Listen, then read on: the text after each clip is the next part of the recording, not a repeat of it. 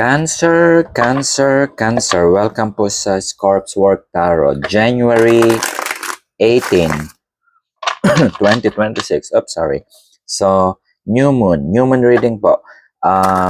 Setting long-term goal.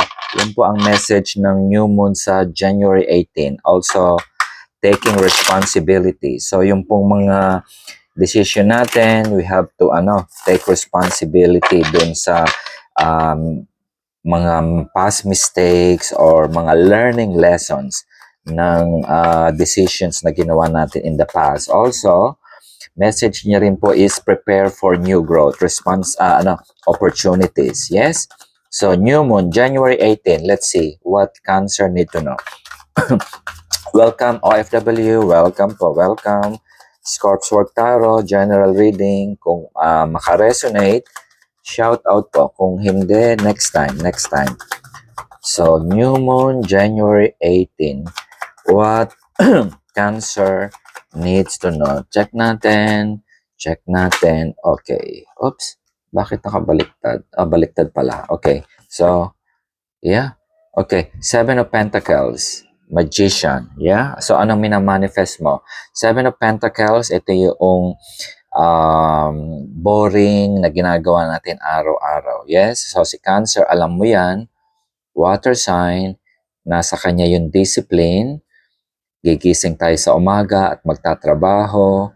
Kailangan nating kumita at kailangan nating suportahan yung mga mahal natin sa buhay. Yes, magandang future, magandang malaking savings, material things, material wealth, kalusugan. Pinaplano natin yan. Prepare for new growth. Yes? So, yan ang minamanifest mo, Cancer, towards 2026 New Moon. Then claim that. Yeah? Claim that. Magician. Okay? Yung tools, nahawak mo yung magic wand mo. Okay? Yung emotional connection, emotional abundance, emotional balance, emotional support, meron kang matatanggap, at the same time, you have something to offer. Yes? So, sharp mind, at saka health, and fundamental, yung struktura ng buhay, you can get that as well, and also, you have also the ability na to help as well. Okay? Kung ano yung itinanim, siyang aanihin. Kung ano yung gusto mong makamit, so dapat merong effort tayong ibibigay dyan. And this is the effort na dapat mong paghandaan towards January 18, New Moon. Yun ang message sa iyo, Cancer. Okay? So, infinity, endless possibilities. Okay? Hawak mo yan. Nasa iyo yan, and also nasa iyo din yung power at nasa iyo yung tools para pabulaklakin yung hardin. Okay? Paint your, iba yung nakababasa ko dito. Paint your, your reality. Paint your vision. Isulat mo sa drawing board. Isulat mo sa drawing board, Cancer. Be ready to work hard or even harder. Yes? But, nothing is impossible. Nothing is impossible. Ipinta mo ang journey mo. How do you envision it towards January 18, yung long-term goal mo? Paint that. Kung ano ang definition mo ng struktura mo, ipinta mo. Yes? And then, you're gonna get that. As simple as that. Yes. Okay, yan ang message sa'yo ng New Moon. Okay, tignan natin. Ace, panibagong pasimula, panibagong oportunidad, malusog, makatas, masabaw, nagbubunga. Yeah? Ipinta mo yan. Ipinta mo ng makulay at namumulaklak ang taong 2026. Yes, okay. Ano natin? Ituloy natin yung storyboard ni Cancer. One Chapel, Cancer. What Cancer needs to know January 18. January 18 message, Cancer. Water sign, sensitive people, hardworking. Hardworking, definitely. At they know how to take responsibility. Meron kang Leo sa placement mo. Okay? Hawak mo yung alas. Again, strength, physical strength, you need that. Keep your, sinabi ko, yung magic wand. Yung magic wand. Yes? Hawak mo yung magic wand. So, kapag ikinumpas mo siya, naisip ko yung fairy godmother. Yeah, fairy tales. Yes. So, parang sinuswing niya yung magic wand, and then everything na their heart's desire nagkakatotoo. Yes? Nagkakaroon ng three-dimensional existence, ika nga. Yeah? Okay, so that's what I can see here. Nothing is impossible. Nasa iyo yung magic wand, Cancer. Okay? Tingnan pa natin. But keep that inspiration. Keep that inspiration. Assignment mo. Taking responsibility, walang tama at walang mali po sa decision. Iba-iba po kasi tayo ng pinanggagalingan sa buhay. So, minsan kailangan natin magdesisyon na maski na mapakla. But, it is what it is. Life is difficult. Hindi ganun po kadali. Madaling sabihin na yung magic wand, ikompas mo ganyan at babagsak yung biyaya. Madali pong sabihin. Pero maraming decision tayo na dapat din na pag-isipan or ibalanse. Yes? Okay. Tingnan pa natin yung storyboard ni Cancer. What Cancer needs to know? New moon message. New moon message. Give me blind spot. Blind spot. Blind spot. Blind spot. Blind spot. Cancer. Okay. Yeah. Oh. Focus. Yes. Focus. Focus.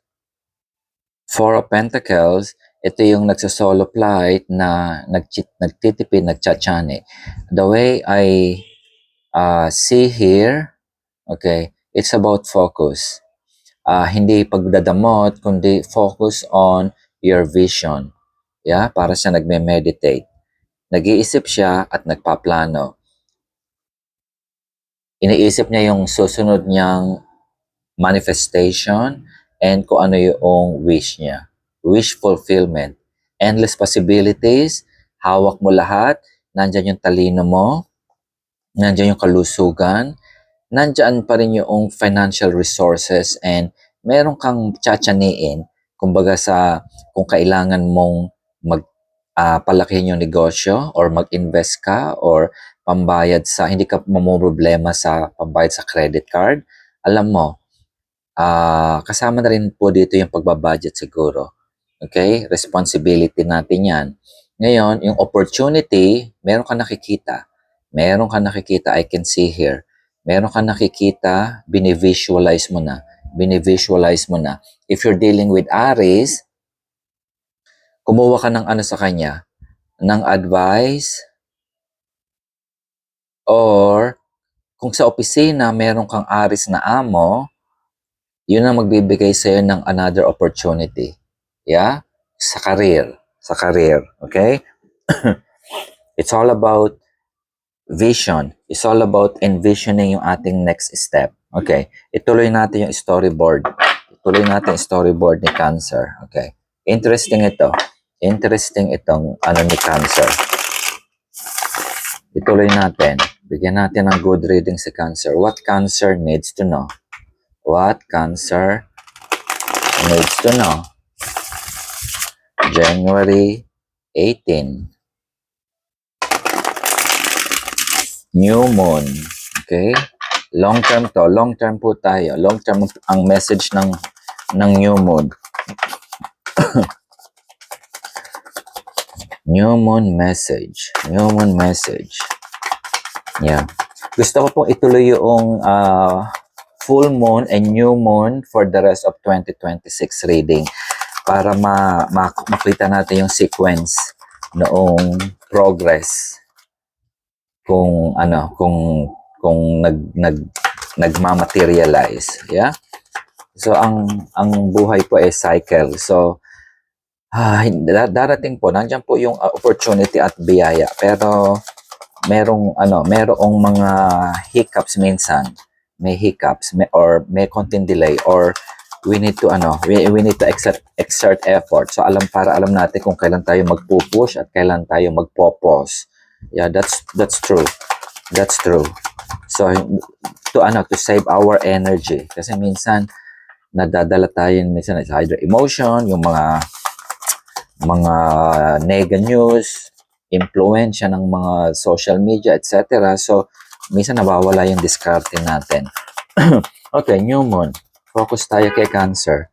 You need to focus here, Cancer. That's what I can see. Cancer, new moon, January 28. Long-term goal, what you need to know. Blind spot. Give me blind spot. Blind spot. Blind spot. Blind spot, blind spot, blind spot. Blind spot, blind spot, blind spot. Give me blind spot. Oops. Yeah. Oh, see? Okay. Kapag ibibigay talaga sa'yo, ibibigay sa'yo. Okay? This is Ace of Wand. Di ba sinabi ko na hawak niya na naman yung Magic Wand? Yeah. Okay?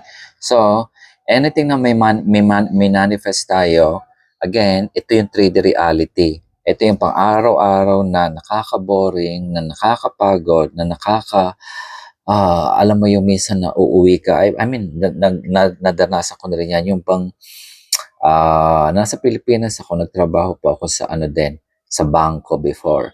So, maski na Sabado, walang bangko, sarado po yon, pero pumapasok pa rin kami kasi kailangan mag-overtime. Yeah, mano-mano pa po yung bangko. Okay, so nagbabalanse ka, et cetera, et cetera. Ngayon, walang overtime pay yun, natatandaan ko. Walang overtime pay yun kasi kailangan tapusan yung trabaho. And then, uuwi ka pa rin ng minsan alas 5, depende kung gaano kadami yung trabaho, pero tatapusin ko rin namin yung trabaho. So, lalo pag month end, ang sinasabi dito, yung opportunity is there.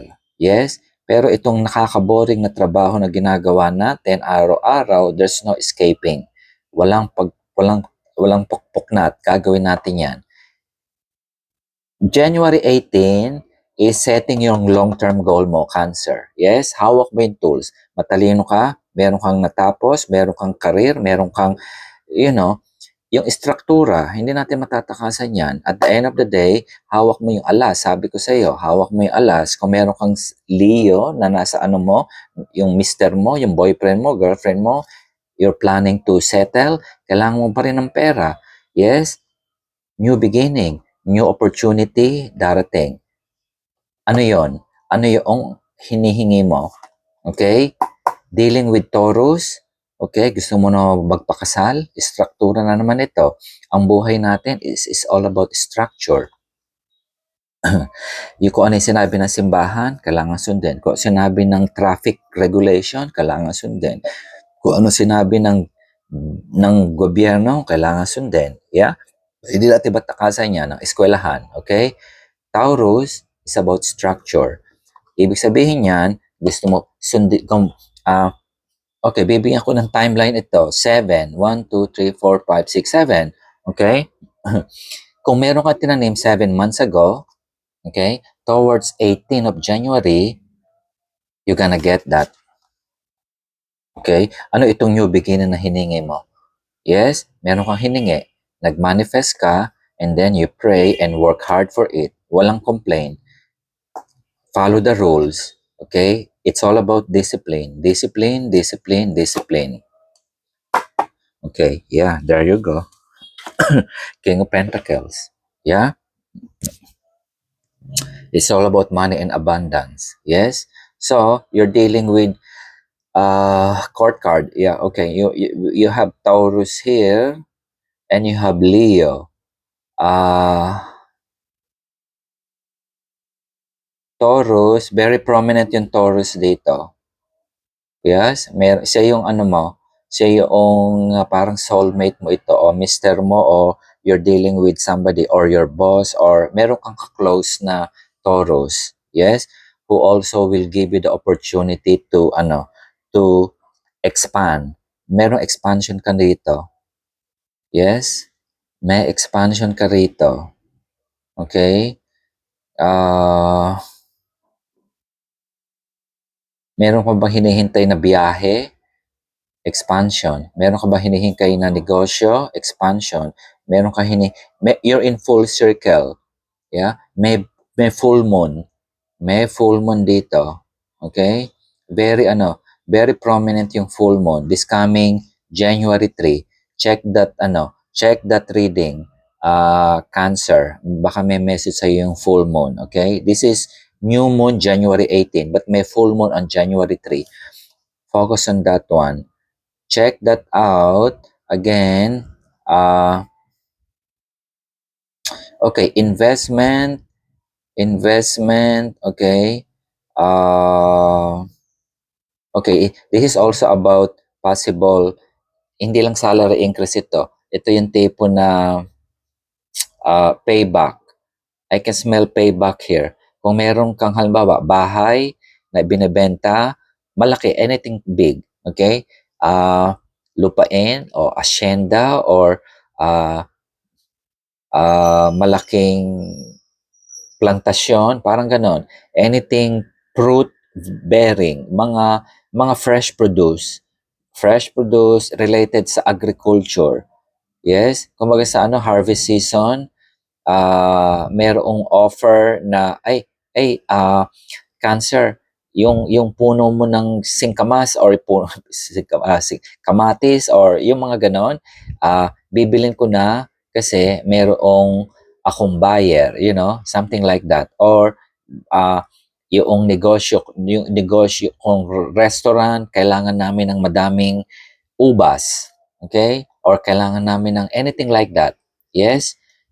If you're dealing with those type of business, expect big time. I tell you. Expect big time. Oops, sorry po. Merong. Yeah, okay. Kumahol yung Okay, sorry, Cancer. Okay. Okay, I can see here animal. That's why, ano ba tong animal na ito? Parang wolf ito. Okay. Yung full moon, it's wolf moon, survival instinct. Yes? Okay. So, it's also telling me something about that type of decision na siguro, cautious on making impulsive decision. Yes? So, that's what I can see here. As far as money is concerned, hindi mo magiging problema yan. Related sa career, related sa health, related sa structure ng buhay mo, Cancer, definition ng ano ba ang masagana para sa iyo, ano ba ang definition mo ng magandang buhay, anong definition mo ng healthy life and happy family. Follow your structure in life, okay? Hindi ka how do you call it?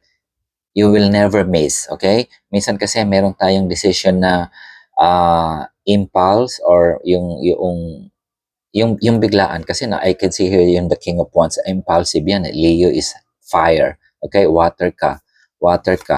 Very hot yung darating na opportunity sa iyo. Ano siya, parang it's always na na rush.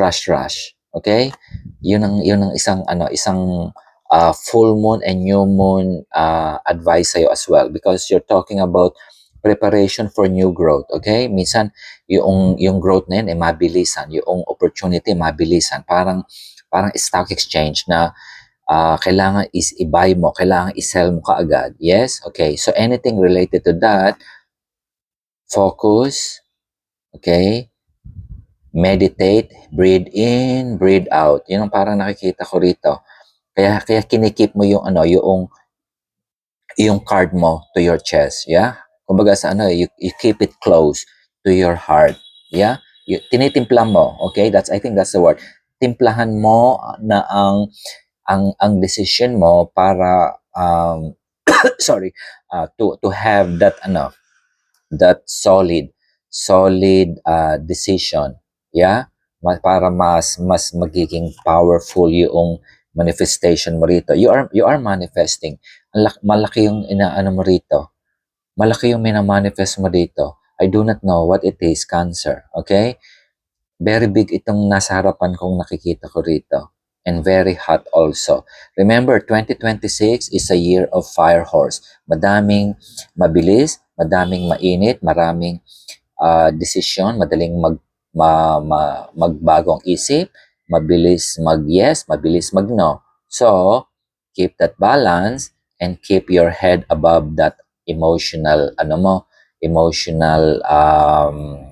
yan matawag dito.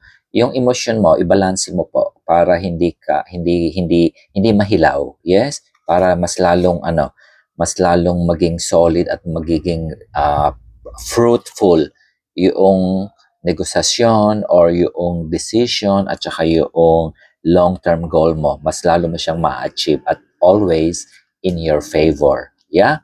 Okay. This is a beautiful reading. There is still something I can smell. There is still something. Kuha ako ng isa pa. Okay, tingnan ko kung saan ako kukuha ng baraha. I just want to get the outcome. I just want to validate. Okay. Oops. Nalaglag. Sandali. Ituloy ko lang. Kulang ako ng isa pang card. I want to see outcome. Possible outcome. Okay. Tingnan natin. Isang card lang. Isang card para kay Cancer. Nice reading. Okay. I want to see one more blind spot. One blind spot. One more blind spot. Cancer, blind spot. See the outcome. I just want to see the outcome. One more.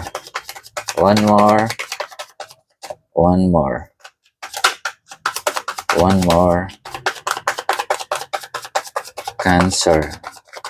January 18.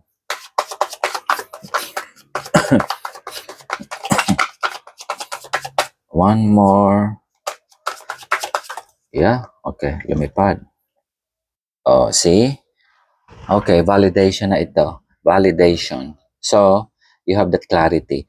Sabi ko dito, para siya nagme-meditate, okay? Hindi ko lang ma-pick up kung ano yung missing element dito. The clarity. Yes, the clarity. Once you have that clarity, winning. Yeah, that's something that you need to be cautious also. When you make a decision, always consider yung fine print, yeah? Yung mga nakasulat na maliliit na hindi nababasa or always ask. Yeah, that's the precaution. That's the precaution sa'yo, advice. Always follow the structure. Huwag kang lilihis ng kanan or kaliwa. Follow the rules. Hindi ka madedehado.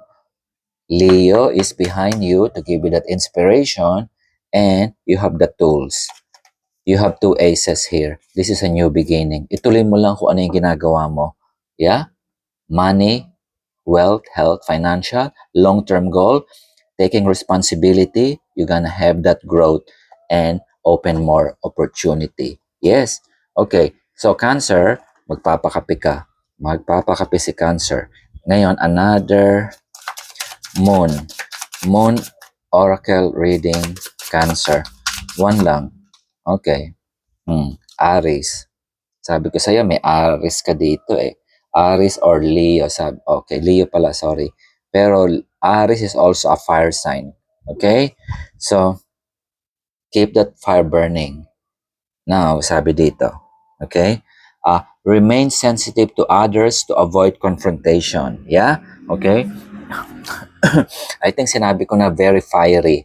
Very fiery. Okay? New beginning. No problem, Cancer. You will have what you wish for. Alam mong trabahuhin. No problem.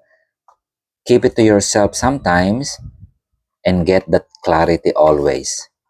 Always get that clarity bago ka pipirma. Walang problema. You will have everything that you wish for.